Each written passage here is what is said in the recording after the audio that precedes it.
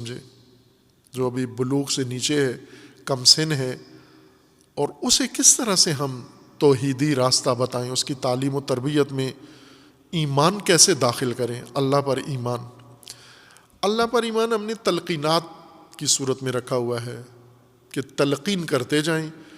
اور وہ مردے کی طرح چون چرا کیے بغیر، ہوں ہاں کیے بغیر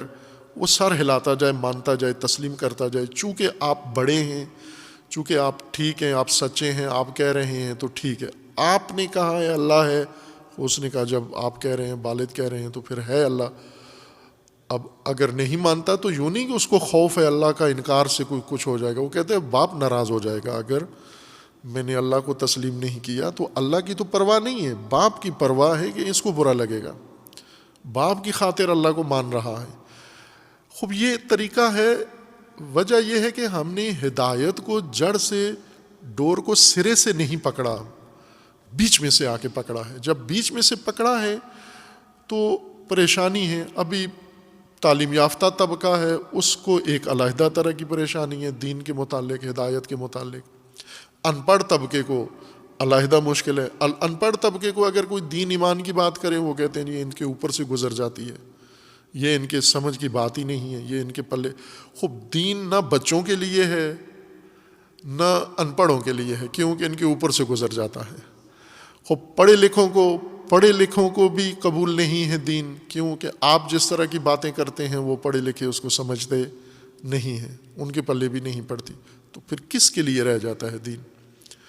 دین پھر صرف انہی کے لیے، سمن عمیٌ بکم، ان کے لیے رہ جاتا ہے جو نہ بولتے ہیں، نہ سوچتے ہیں، نہ سوال اٹھاتے ہیں، فقط ان کے لیے رہ جاتا ہے۔ انہیں تو دین خود رد کرتا ہے کہ یہ دینی مخلوق نہیں ہے۔ سمن بکمن عمیٌ، دین خود ریجیکٹ کرتا ہے کہ یہ نہ آئیں، نہ دین پڑھنے آئیں، نہ دین پڑھیں، نہ سیکھیں، نہ ان کو سکھاؤ، یہ تو داباں ہیں، رینگنے والے جاندار ہیں، ان کو غلہ دو، ان کو دین کے بجائے غلہ دو ان کو۔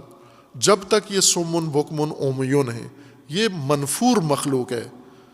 انہیں اللہ پسند نہیں کرتا۔ سمن یعنی عقل ہے، سوچتے نہیں ہیں، زبان ہے، بولتے نہیں ہیں، اللہ نے دماغ دیا ہے، اس سے کام نہیں لیتے،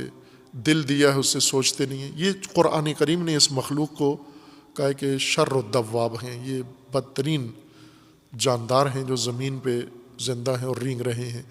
دوسروں کا فائدہ ہے، مثلا ایک جانور ہے گھاس کھاتا ہے، دودھ دیتا ہے ساتھ، دوسرا جانور ہے وہ گوشت اس کا، لیکن یہ دو ٹانگوں والا لمبا جانور یہ صرف کھاتا ہے، دیتا کچھ بھی نہیں ہے، صرف نجاست تولید کرتا ہے۔ اگر سوچتا نہیں ہے، اگر سمجھتا نہیں ہے، اگر باور نہیں کرتا، سمن بکمن عمیٌ ہے، تو یہ جانور سب سے بے فائدہ ہے، سب سے اشر و شریر، شر الدواب یہی ہونا چاہیے، پھر بے فائدہ، بےہودہ اور نقصان دہ جانور۔ اگر ہم ہدایت کو اس کے سرے سے پکڑیں، بنیاد سے پکڑیں، پھر ہر چیز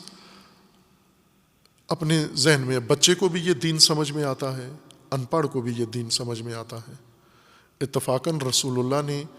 جن لوگوں کو دین سکھایا، سمجھایا، پڑھایا اور انہیں اعلیٰ درجے کا مومن بنایا، معتقد با ایمان، اور اللہ نے ان کے ایمان پہ مہر لگائی ہے کہ ان کا ایمان اللہ کو پسند ہے، یہ اللہ سے راضی ہیں اور اللہ ان سے راضی ہے۔